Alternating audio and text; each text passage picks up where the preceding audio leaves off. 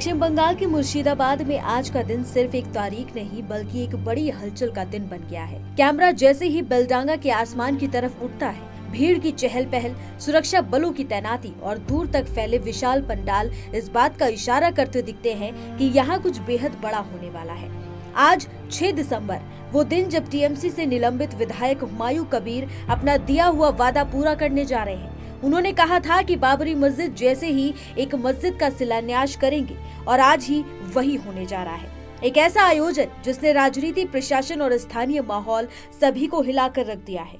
बेलडांगा में आज सुबह जैसे ही रोशनी फैली, तैयारियों की रौनक और भी साफ हो गई। दूर दूर से आने वाले लोगों के लिए बड़े बड़े खाने के पंडाल लगाए जा रहे हैं। भीड़ इतनी है कि प्रशासन ने सुरक्षा को हाई अलर्ट मोड पर रखा है। बताया जा रहा है कि इस शिलान्यास समारोह में सऊदी अरब के मौलवी भी पहुंच सकते हैं। करीब 25 बीघा जमीन पर बनने वाले इस आयोजन में लाखों लोगों की भीड़ उमड़ने की भी संभावना है। हुमायूं कबीर न सिर्फ इस आयोजन के लिए तैयारी कर रहे हैं, बल्कि उन्होंने राजनीतिक कीमत भी चुकाई है।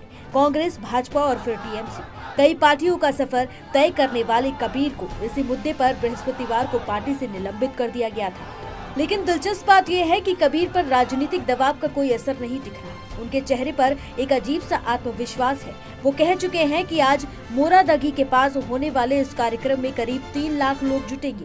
कई राज्यों के एक धार्मिक नेता भी अपनी मौजूदगी की पुष्टि कर चुके हैं और जैसे जैसे समय नजदीक आता है, मंच की भव्यता और भी जाहिर होती जाती है। 150 फुट लंबा और 80 फुट चौड़ा ये विशाल मंच लगभग 400 मेहमानों की क्षमता के साथ खास तौर पर तैयार किया गया है। इतने बड़े आयोजन में भोजन की तैयारियां भी किसी बड़े त्योहार जैसी है। मुर्शिदाबाद की 7 खानपान एजेंसियों को बिरयानी बनाने का काम सौंपा गया है। लगभग 40,000 पैकेट मेहमानों के लिए और 20,000 पैकेट स्थानीय लोगों के लिए। सिर्फ खाने पर ही 30 लाख रुपए से ज्यादा खर्च होने का अनुमान है। पूरा आयोजन करीब 30 से 70 लाख रुपए में तैयार हो रहा है। आसपास हजारों स्वयंसेवक पहुंच मार्गों को संभाल रहे हैं, भीड़ को नियंत्रित कर रहे हैं और ये सुनिश्चित कर रहे हैं कि राष्ट्रीय राजमार्ग 12 पर कोई अवरोध न बने।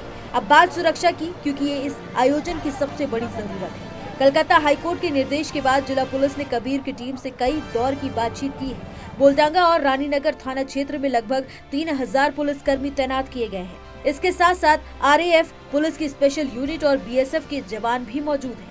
इलाके को हाई सिक्योरिटी जोन घोषित किया गया है और ड्रोन से भी निगरानी रखी जा रही है। आज का कार्यक्रम सुबह 10 बजे कुरान की आयातों के साथ शुरू हो चुका है। दोपहर में आधारशिला रखी जाएगी और शाम 4 बजे तक पूरा मैदान खाली कर दिए जाने का भी निर्देश है।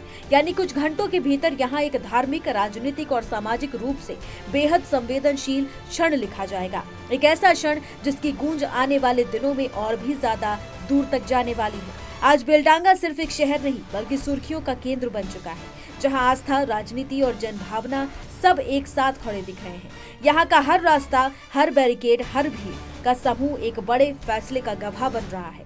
देखिए, जब तक हमारे ठाकुर जी, हमारे रामलला सरकार अपने भव्य दिव्य भवन में नहीं विराजे थे, तब तक हम लोगों ने शौर्य दिवस इसलिए मनाया कि उस गुलामी के प्रतीक को हमने तोड़ा, गुलामी के प्रतीक को हमने नष्ट किया। यद्यप करके यदि देखा जाए, जो विद्वानों ने बहस किया सुप्रीम कोर्ट में, उसमें यह तथ्य आए कि कसौटी के 4 खंभों पर वो मस्जिद टिकी हुई थी और भगवान श्री राम की आकृतियां, हमारे नरसिंह भगवान की आकृतियां, हमारे देवी देवताओं की आकृतियां उस मस्जिद में उकेरी गई थी और साक्षात विद्यमान थी। मस्जिद बनाना एक श्रद्धा का विषय है।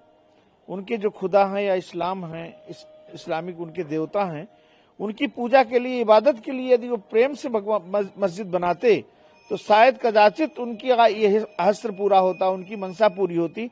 लेकिन वो विरोध में बाबर का मस्जिद बनाने जा रहे हैं, बाबरी मस्जिद बनाने जा रहे हैं। आप ही बताओ, बाबर कहाँ का धार्मिक नेता था? कौन सा धार्मिक संत था? वो कौन सा वो धर्म गुरु था? एक आक्रांता था, चोर था, लुटेरा था, डकैत था। ऐसे में उसका मस्जिद केवल भगवान के विरोध में बना करके उनका हस्त कभी पूरा नहीं होगा। जरा सा उन्होंने मनसा की तो टीएमसी से निकाल दिए गए।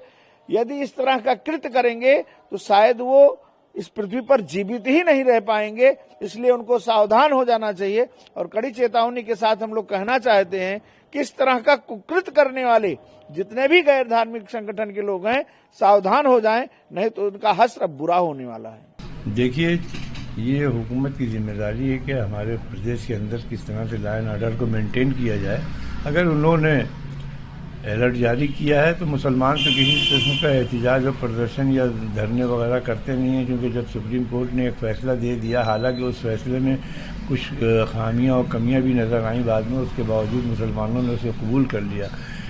क्योंकि बात था मतलब मंदिर के उसकी तोड़कर बनाए जाने की बात थी, लेकिन जब सुप्रीम कोर्ट ने खुद अपने फैसले में ये मान लिया कि यहाँ कोई मंदिर नहीं था जिसे तोड़ करके बाबरी मस्जिद बनाई गई, लेकिन उसके बावजूद मुसलमानों ने मुल्क की यकजहती और सालमियत के लिए इस फैसले को कबूल करते हुए अपने सारे प्रोग्राम्स को मुलतवी कर दिया। हालांकि मुसलमान इस बात से दुखी है कि जब उसी बेंच 5 सदस्यीय बेंच ने यह फैसला दिया कि बाबरी मस्जिद के बाद अब किसी दूसरी मस्जिद के ऊपर कोई भी दावा नहीं किया जाएगा, लेकिन जब दूसरी मस्जिद, चाहे ज्ञानव्यापी की मस्जिद हो, चाहे मथुरा की ईदगाह हो, इन तमाम चीज़ों पर जो दावे हुए, और फिर वहीं सुप्रीम कोर्ट की एक बेंच ने ये कह दिया कि साहब इनकी सुनवाई हो सकती है, यानी उस विवादों को जिंदा रखना। तो विवाद को जब जिंदा रखने की बात आएगी तो कहीं ना कहीं मुसलमानों का एतमाद अदलिया से भी मुतज़ल्ज़ल होगा। लिहाजा इस किस्म का कोई भी वो नहीं होना चाहिए था, और इस मुल्क में जो वर्षित एक्ट है उसको भी हमें जहन में रखना चाहिए था कि 1947 से पहले जो मस्जिदें, मंदिर, गुरुद्वारे, चर्च जिन हैसियत में थे उन्हीं हैसियत में रहेंगे। लेकिन अब बात है कि भाई इनकी लाठी उनकी भैंस। देखिए, 6 दिसंबर को लेकर के हमारी तैयारियां पूर्ण है। पर्याप्त संख्या में पुलिस बल लगाया गया है, जिसमें कि स्थानीय पुलिस, बाह्य जनपद से प्राप्त पुलिस बल, पीएसी, आरएएफ, इन सभी का डिप्लॉयमेंट किया गया है। आपने भी देखा होगा सभी महत्वपूर्ण स्थानों पर फ्लैग मार्च किया जा रहा है, एरिया डोमिनेशन किया जा रहा है। जो महत्वपूर्ण बिंदु हैं, जो इम्पोर्टेंट आने जाने के रास्ते हैं, जनपद की सीमाएं हों या फिर जो होटल, सराय, ढाबे हैं, बस स्टेशन, रेलवे अड्डे, इन सब पर सघन चेकिंग करवाई जा रही है। वाहनों को भी चेक किया जा रहा है, रैंडम चेकिंग कराई जा रही है। हमारी एलआईयू की टीम, सादे वस्त्र में लगे हुए पुलिस बल, इन सभी को डिप्लॉय किया गया है। सोशल मीडिया पर भी हम लोग निगरानी रख रहे हैं। किसी भी व्यक्ति को कानून व्यवस्था प्रभावित नहीं करने दिया जाएगा, और यदि कोई ऐसा सोचता है तो उसके विरुद्ध कठोर कार्रवाई सुनिश्चित की जाएगी। वो सही बात बोला अधीर दा, सही बात बोला। अधीर दा को चुनाव में हराने के लिए वो जो फालतू आदमी हुमायूं को भी रहे, इसी की जरूरत था। अभी वो काम खत्म हो गया, वो अभी दूसरा कोई नाटक कर रहा है, कहानी सुना रहा है।